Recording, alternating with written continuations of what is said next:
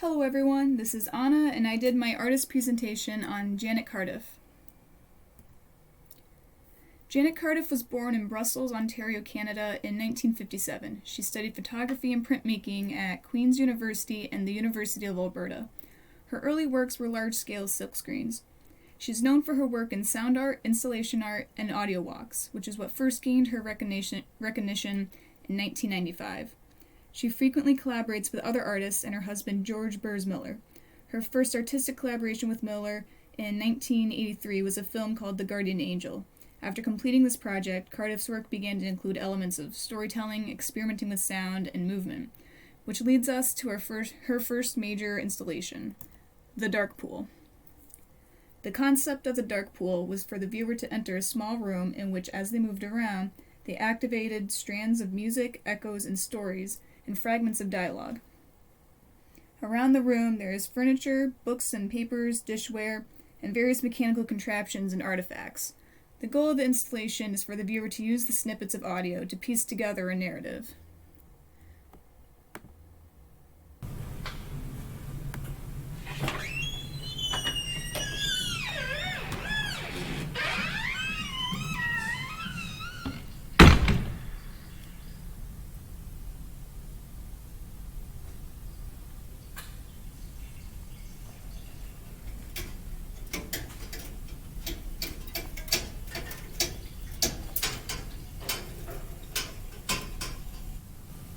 This slice of time when I lived for 10 years in the same space but alone, trying to create a community of things.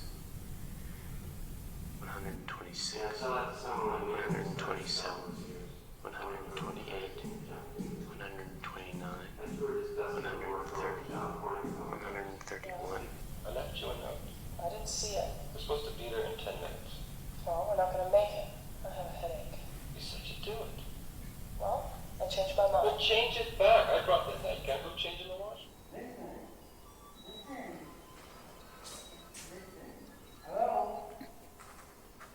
Perhaps the whole thing is about my grandmother. As I'm making this, her image keeps coming up again and again. Stuck in a welded pipe wheelchair made by my uncle, with big clumsy wheels and a suspended vinyl seat. She read a lot, with a book sitting open on a card table in front of her. Clara phoned me and told me to come, told me what she was going to do. I travelled for 3 days in the train to get to the pool. Signs of it started on the second day as billboards appeared, announcing the benefits of the water and the good hotels around it.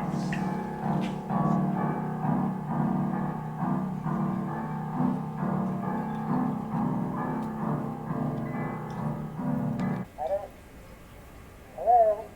What? Hey. What? Hello? And what you see, There's nothing there, just a few shadows. there was something there yesterday. Like what? He said he could see the shadows of two people dancing. I don't see anything. They're in front of the tables, and they're waltzing around the room. Her head's on his shoulder. You can tell by the way he holds her that he loves her. That's a nice story. I'm sorry I don't see it. I can't hear you. Are you still there?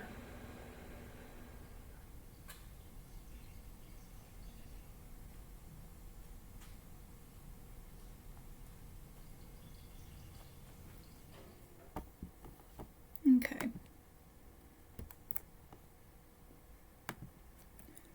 So, The Dark Pool shows similar elements to another one of her installations called To Touch, which featured a wooden table embedded with sensors. The sensors are activated and play sounds when the viewer touches the different parts of the table. Cardiff explained her storytelling method in her interview about To Touch, which applies the same ideas to The Dark Pool. She says, "I am intrigued by the divergent way in which to present a story so that it can become less of a linear information experience and more of a physical and spatial understanding. I am combining this interest in a narrative structure with a technical approach." The Dark Pool is the first official collaborative installation between Cardiff and her husband Miller. It is unique in that it tells a story which invites the viewer to solve the narrative of it on their own using the artifacts and the audio clues within the installation. This piece is unique because it requires the participation of the viewer. Without the interaction and the movement of the piece, they cannot find out more about the story the installment hints at. For this piece, Cardiff and Miller recorded young girls, a couple arguing, who seemed to be the individuals who once inhabited the room, various other voices, and piano chords. Alright, her next piece is Forest for 1,000 Years. The viewers enter a forest grove where they listen to a variety of sounds: twigs snapping, birds laughing, an airplane passing overhead. They also hear explosions, people fighting, and gunshots.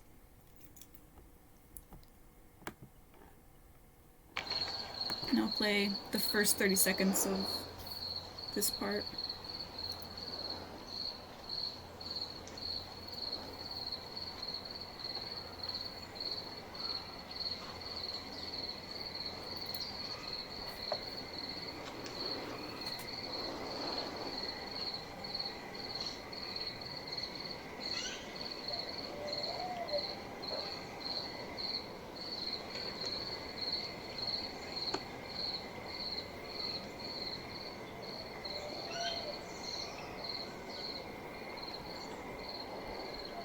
And then here are the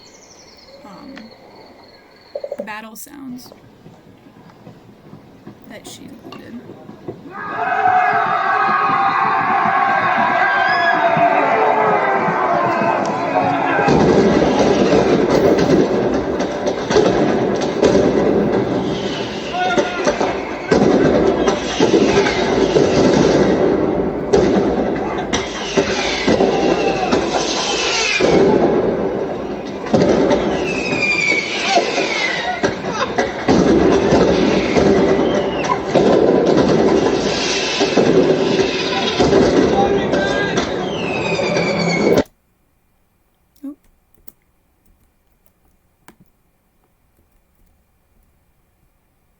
So those were just small snippets of Forest. The overall piece reaches around a half hour. Cardiff's ideas behind the installation was to create the history of the forest through sound in a way that throws the viewer right into the experience. Cardiff explains how in different places the piece could be interpreted differently. She says there is one point excuse me. There is one point where you can hear this cart going through, and we made it sound like a primitive horse-drawn cart. Americans might associate that sound with pioneer days. We bring our own baggage as a viewer. And Forest for 1,000 Years is considered one of the best works of sound art because of its immersive nature. Viewers described it as hard to tell what is part of the recordings and what is part of the actual forest. This is because the original sounds were recorded in a forest, and Cardiff explained that in order to sound really authentic, the sound needs to be recorded in a similar environment to the one in which it will be heard. Some of the subtlest sounds are actually the most effective. So by recording in the forest, it gave the sounds a more natural feel to them than if they had been recorded in a studio. Cardiff collected a multitude of unique sounds for the piece. She recorded the shooting sounds in Berlin on New Year's Eve, and also from muskets being fired by war reenactors in France. For the explosions, she contacted a construction company whom she recorded blowing up a refrigerator. Also included were various wind, rain, and frog sounds that she would gather whenever they occurred, and she felt inspired to record.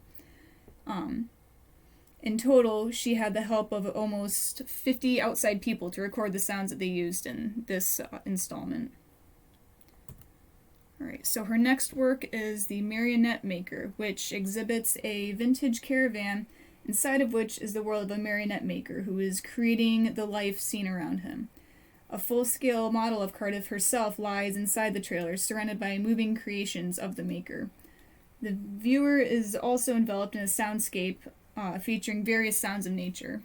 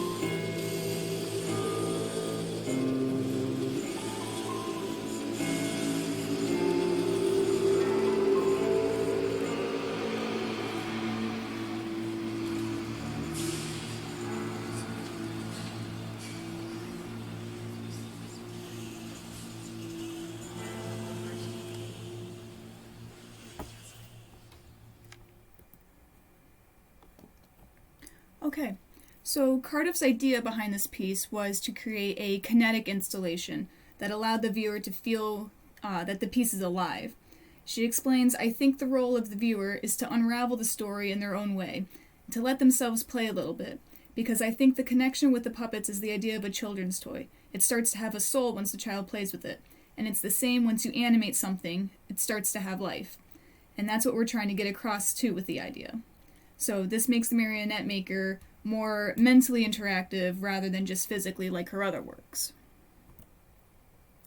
The marionette maker is known for its haunting and eerie tone and its ability to project life to the viewer. Cardiff is known for her storytelling through sound and visuals, and the marionette maker is especially unique because she not only tells a narrative but creates life within the piece. Each object appears to have its own personality with the use of kinetics. The piece is a total of 14 minutes and utilizes sounds such as rainstorms, forest recordings, various animal calls to make up the ambience outside of the trailer. Within the trailer, the sounds are largely created by the puppets themselves, featuring the piano, the guitar, and percussion. And then in the theater box, on the outside of the set, one of the puppets performs an opera song called None But the Lonely Heart. Alright, so in summary, Cardiff's works are unique in that they aim to fully immerse the audience in the worlds that she creates using a combination of sound, visuals, and kinetics. Here are my sources, and thank you for watching.